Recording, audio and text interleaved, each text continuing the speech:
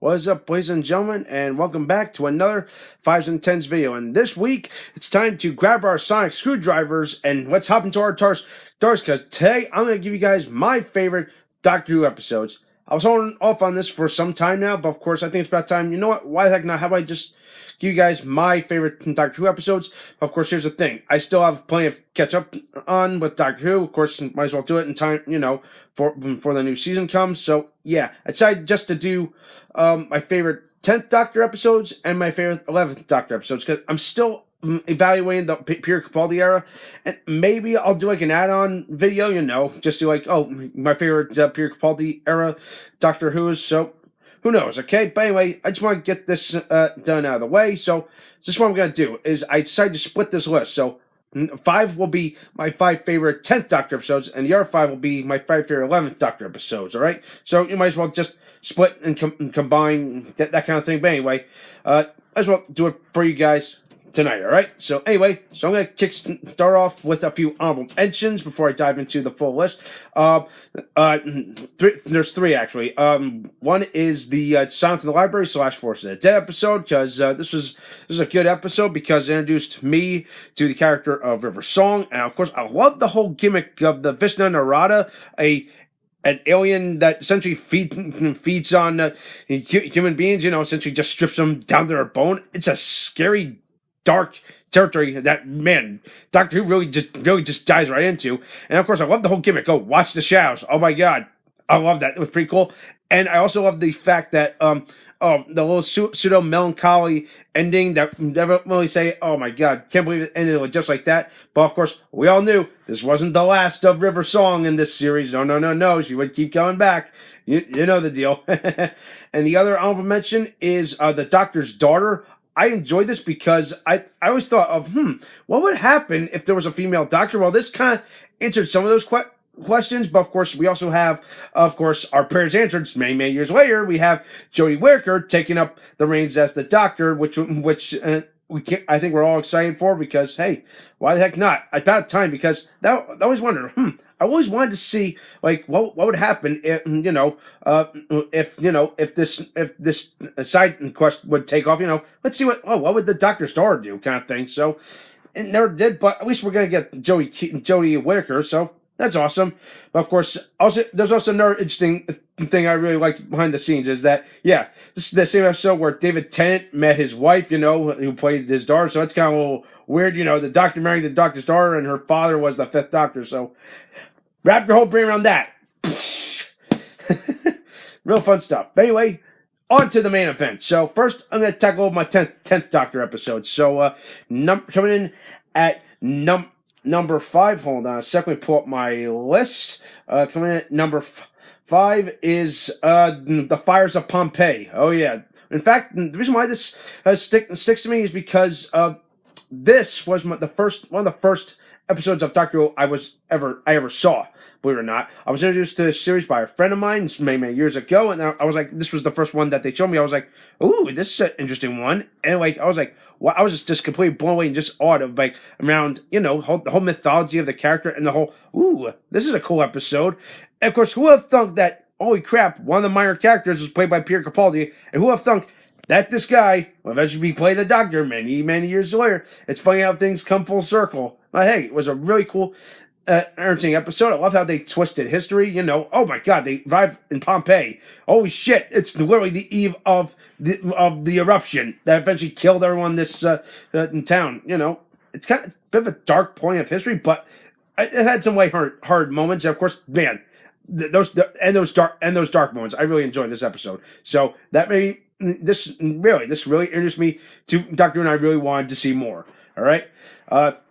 Anyway, coming in at number 4, it's the Unicorn and the Wasp. Yeah, I know. A lot of fans shit on this episode by saying this was not the best episode. Well, yeah, everyone has their own opinion, but I enjoyed this because I thought it was really entertaining. Like, I saw, let's see, I saw Ten flex his acting muscles in, Fires of Pompeii. This one just made me laugh, because I realized, oh my god, he really has some comedic timing and really works here. And also, but the other thing is that really turned people off is the fact, it's not really sci-fi.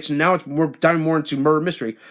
Okay, people, I just want to point this out. Okay, so yeah. That's murder mystery. We got thriller. We got sci-fi. We got horror. Okay. Well, there's a small inner circle where in a way it could work, but it has to be done perfectly for it to succeed. Okay, a formula to mash all four of those genres. Okay, here it had it, but I don't think it really capitalized it. But was still a very entertaining episode. I love, like I said, more twisting of history, especially, but of course, instead of a day of the death of millions of people, and with Pompeii, here it's the night of that Agatha Christie disappeared. So, pretty cool thing, of course. Even though I wasn't really a fan of Agatha Christie, but I was familiar with her work, so I thought, why the heck not? I really found it enjoyable. I love Tennant. I love the dynamic chemistry between him and Donna, especially in that one scene where he gets poisoned and he's like, he's just playing charades. I really love that. That made me just fall over laughing. This made me say, oh my god, this was really a really entertaining episode. Oh my goodness. Coming at number 3, Smith and Jones. Yeah. From I believe season 2. I think it was Blair. I believe it was the pilot episode. Well, not really. Well, not really the pilot episode. It was like kind of like the second episode because we had the Runaway Bride before this. But this one made me say, okay, so what are we gonna go to now? Since Rose is gone, and of course he took care of the Runaway Bride thing, with future companion Donna. So what's next? So here we go. Smith and Jones, and introduces to a new character, and they really work together. Like him and Freeman Aikman, where you pronounce her last name, they were dynamite. I absolutely enjoyed this, and they really, really worked. And I definitely enjoyed her time as the Doctor's companion. It was just something incredible. Another thing I also enjoyed about this episode was the whole Jadoon race. They're space police. I love they're rhinos. I'm like, that's pretty cool. I believe it was puppetry. Whoever did this or that whole aesthetic, I praise their work for this. Okay, good stuff. Really fun. And of course, I love the whole thing. Oh, holy shit. And this whole hospital literally just uprooted and now we're on the moon. What will happen next? So, who knows? And then just goes from there. Really fun stuff. It makes the list. Coming in at number 2. Give me one sec. It is the Runaway Bride. Now I mentioned that. So yeah. Since I mentioned that one, so why the heck not? This one was also the first of few Christmas episodes that I enjoyed. So, but of course, this one definitely takes the cake because it was like, holy crap! Wait, how'd you get on board? That kind of thing. I really enjoyed it, and of course, it's kind of maybe fall in love, but also at the same time start hating Donna Noble, even though of course she wouldn't become a companion until like a following season, and that kind of thing. So, yeah, it was a really cool thing. Inject a little holiday humor, holiday fun, and then, of course, with a little love story, and then, of course, the whole Doctor Who elements all into one. Really enjoyable. But let's see. When it comes to Donna, I have a love-hate relationship with her. It's like, okay, she was good for part of her time on the show, but then, like, at times, she just came off as really annoying. So, but hey. Everyone has their own special companion that they enjoy. But of course, I want to hear your thoughts. Did you enjoy Donna Noble or did you not like Donna Noble? I want to hear your thoughts, okay?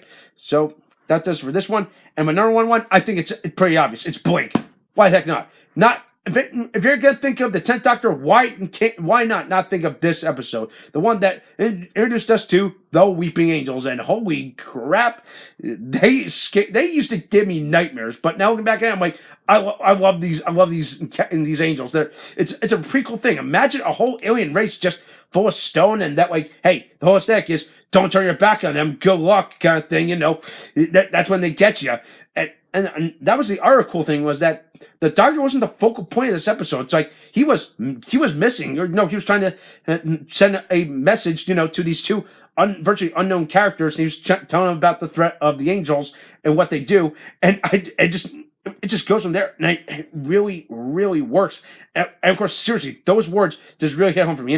Don't turn your back at them, and don't look them right in the eye. And wherever you do, don't blink. Good luck.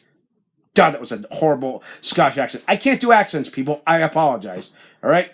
So yeah, that does it for for my 10th Doctor episodes, my 11th Doctor episodes. I'm kicking off this one. My fifth favorite episode, The Lodger. Yeah, 2 words. James Corden.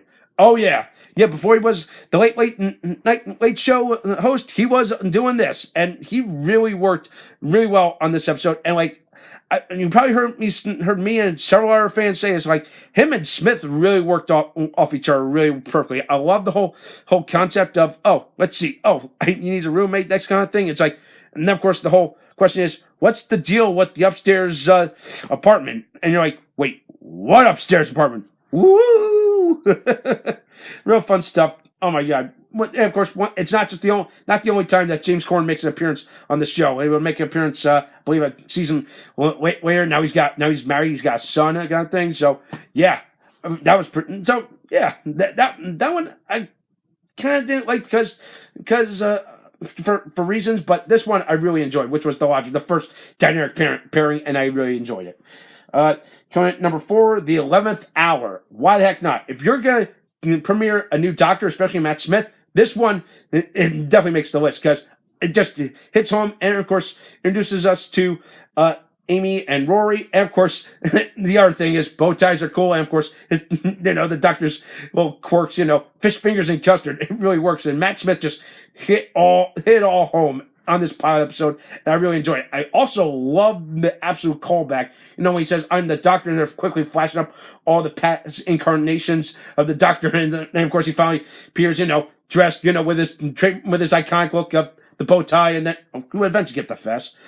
So yeah, I really love this episode, and of course also I kind of did have a crush on Karen Gillan after seeing this episode. So yeah, sorry people, sorry to give out that information, but still, I think we all admit, Amy Pond, we all had a soft spot for her. All right, coming at number 3 is A Christmas Carol. If you haven't followed my channel as much, I covered this Doctor Who special on a holiday review many years ago. So if you want more information about this episode, go find that episode. I'll probably leave a link maybe at the bottom of this little video. So yeah, if you want to hear my thoughts more about this episode, I love the whole twist of Doctor Who and the Christmas Carol. It really works, and of course Michael Gambon absolutely just steals the freaking show in this Christmas episode. All right. Coming at number 2, The Day of the Doctor. Yeah, I was contemplating not putting this one on the list, but I said, you know what? Even though it's a special, but I said, you know what? Screw it. I'm putting it on the list because it's the 50th anniversary special. Why the hell not? And this one just absolutely delivered. And of course, even though it's not just Matt Smith, you also have David Tennant coming back. Of course, that's a pretty cool dynamic duo. Seeing the 11th and the 10th Doctor. Then of course, throwing the War Doctor for Gafford, played by John Hurt. And we miss you. And of course, returns of Billy Piper. And of course, the cameo of Tom Baker near the end. That made me flip my biscuits. Yeah, I can't believe I'm saying that term, but still, really fun episode. I also love the fact that they brought back the Zygons. That was a good, and I miss those guys from the old Doctor Who era. In fact, Terror of the Zygons. You probably don't remember that one. I'd say find that in Doctor Who little series if you can find that one. All right, really enjoyable. And then of course they would bring back the Zygons again in the latest Capaldi season, I believe. Yeah, enough said there. Definitely makes my list. And my number 1 favorite Matt Smith era, or the 10th, 11th Doctor episode, it's The Time of the Doctor, aka, the name of the Doctor kind of thing.